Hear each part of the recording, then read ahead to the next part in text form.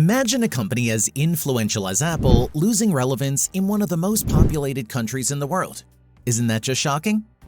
In the smartphone industry, Apple needs no introduction. We're all familiar with the iPhone, and this company's popularity can be confirmed all over the world. It doesn't matter where you travel. However, in Asia's smartphone industry, there's stiff competition going on, and Apple is barely holding on to its #1 spot. One of the companies giving Apple a run for its money is the Chinese tech giant Huawei. Huawei is a household name in China and worldwide, and the company is known for their simple yet sleek phone designs.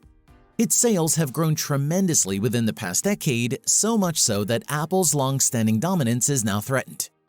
In this video, we'll be talking about how Huawei is slowly and steadily overtaking Apple in Asia's smartphone industry. We at Business Chronicles tell extraordinary business stories. Please subscribe to our channel to help us make more videos. Huawei is one of the most successful companies in China with an annual revenue of almost $100 billion in 2023.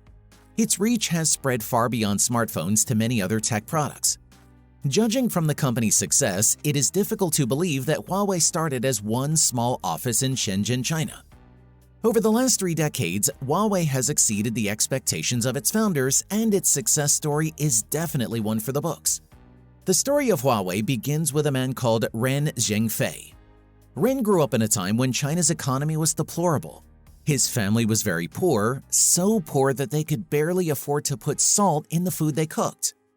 Nonetheless, he was lucky enough to go to college and get a degree in civil engineering and architecture.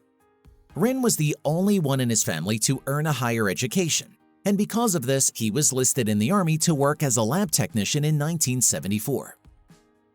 While serving his country in the wilderness, Ren explored his love and passion for mechanics, and this earned him the nickname Ren Tech. He always experimented with whatever machinery he could get his hands on, applying his knowledge of physics and mathematics.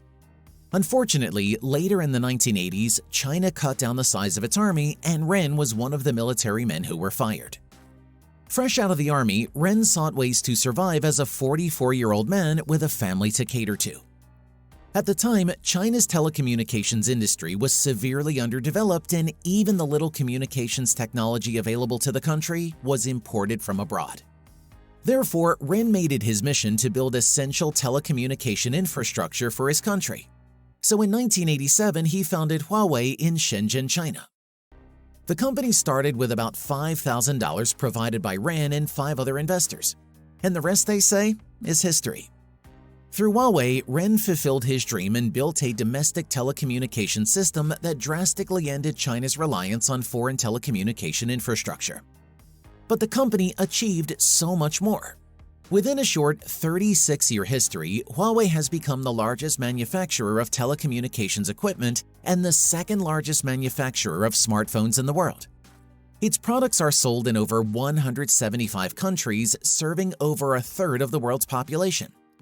Now a global sensation, Huawei is a fierce competitor with telecommunication giants like Samsung and Apple.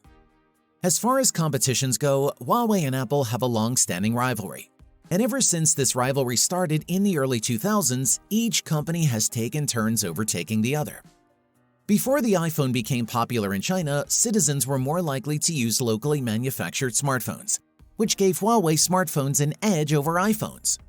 Furthermore, iPhones at the time had smaller screens, so they weren't favored in the Chinese smartphone market. When the iPhone 6 with the bigger screen was released, Huawei had its first real competition.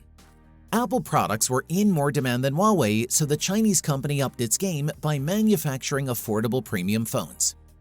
As an advantage, Huawei had a patriotic appeal that Apple lacked, and that way, Huawei began claiming back its title of the biggest smartphone seller in China. In 2020, however, the tides changed in Apple's favor when the US imposed tech sanctions on China. As a result, 5G chips needed to manufacture premium Huawei phones could not be shipped to China from the US. As such, Huawei fell off really badly, and iPhone sales increased exponentially.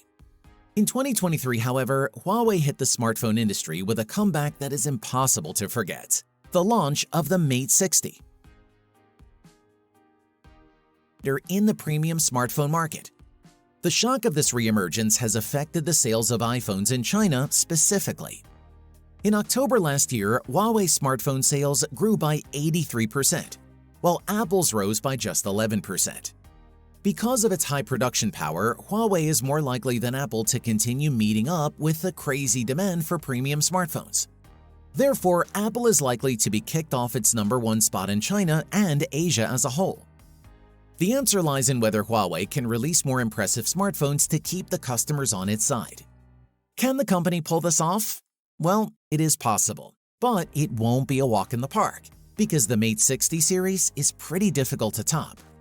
Comparisons have been made between Mate 60 Pro and iPhone 15, and one of the most intriguing differences is that Mate 60 can make calls and send texts through the satellite. Meanwhile, iPhone 15 can only send satellite texts.